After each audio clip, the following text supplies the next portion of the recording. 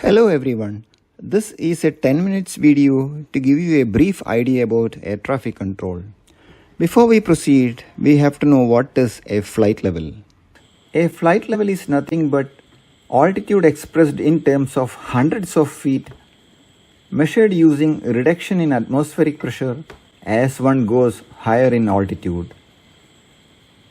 There is something called eastbound level for flights flying in the direction of 000 to 179 degrees with reference to Earth's magnetic field. They are called odd flight levels. Example, flight level 410, that is 41,000 feet, flight level 390, that is 39,000 feet, and so on. Similarly, there is westbound level for flights flying in 180 to 359 degrees with reference to Earth's magnetic field. Example, flight level 400, flight level 380, flight level 360, etc. Hence, flights flying towards east fly at odd flight levels, flight level 350, 370, 390, etc. And flights flying towards west fly at even flight level, that is flight level 320, 340, 360, 380, etc.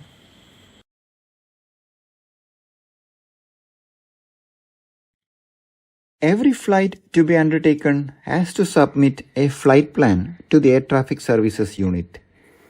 A flight plan gives a brief summary of the flight to be undertaken. The flight plan is transmitted by the Air Traffic Services Unit to all the Air Traffic Services units in the world under which the flight will be operating in future course of time.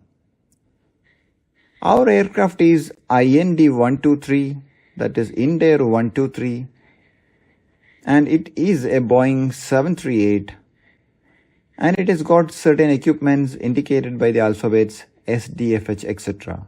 It is departing from VOMM, that is Chennai, at time 0330 GMT, the universal time. It will be flying at speed 446 knots at flight level 310, and the route that will be flying in the air is via IDASO N571 Guni.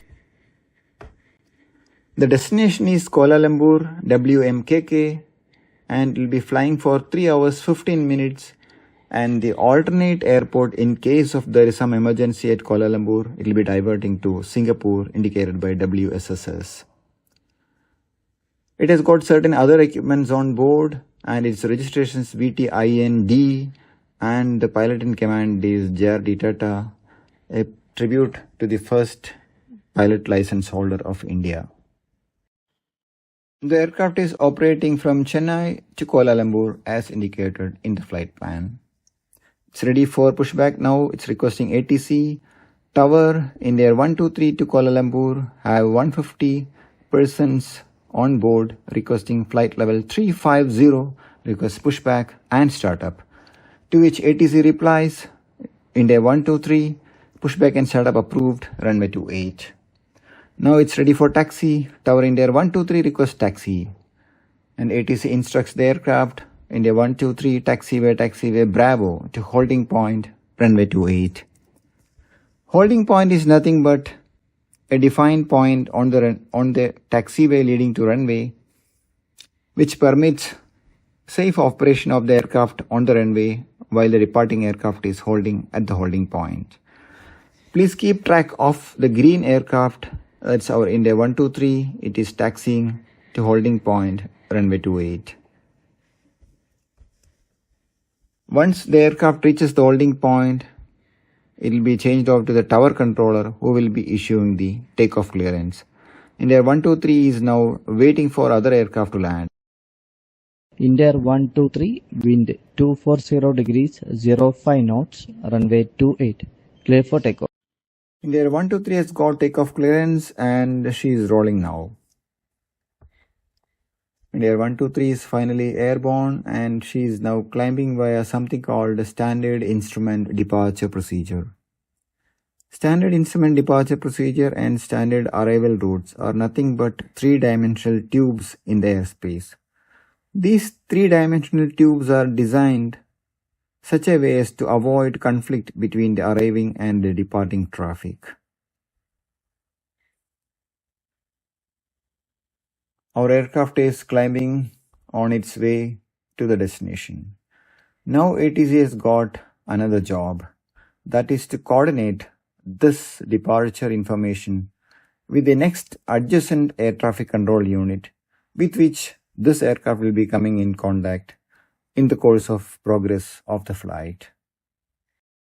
The aircraft was initially in radio contact with air traffic control tower. After takeoff clearance was issued and the aircraft is airborne, the air traffic control tower changes over the aircraft to approach control unit.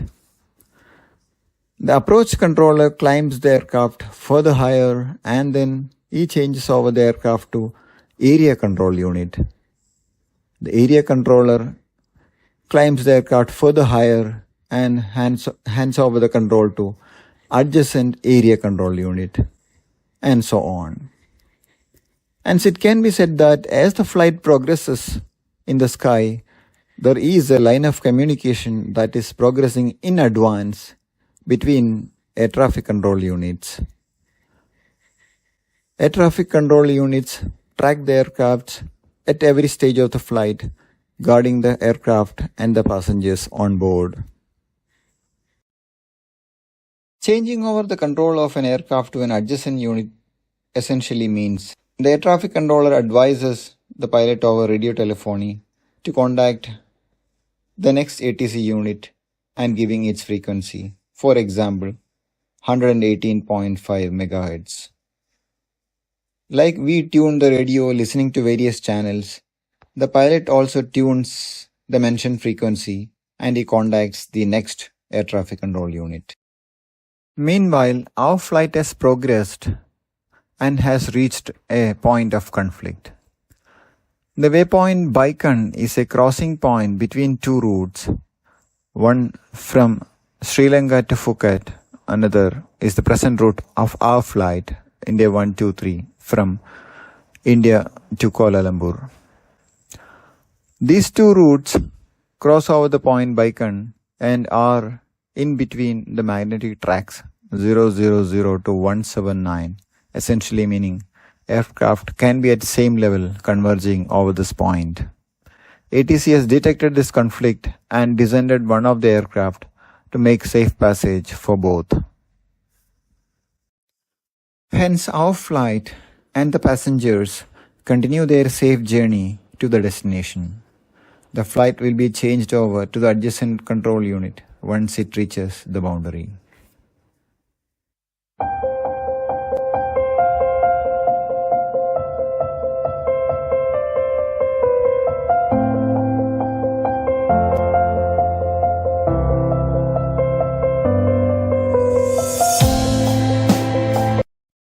Well, the situation is not so simple when the traffic volume is high.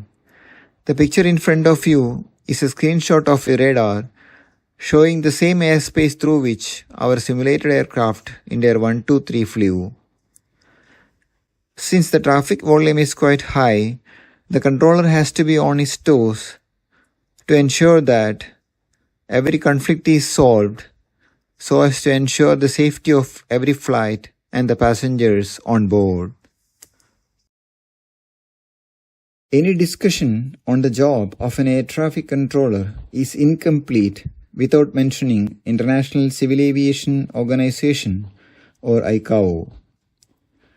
While the controller is under tremendous pressure to ensure that every conflict between aircraft in the sky is solved, he has to achieve the same not as per his discretion but as per the guidelines of ICAO.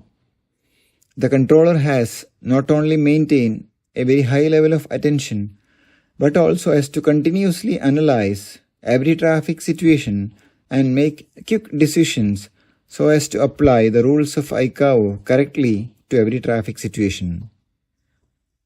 This makes the job of an air traffic controller highly cognitively complex and intellectually challenging.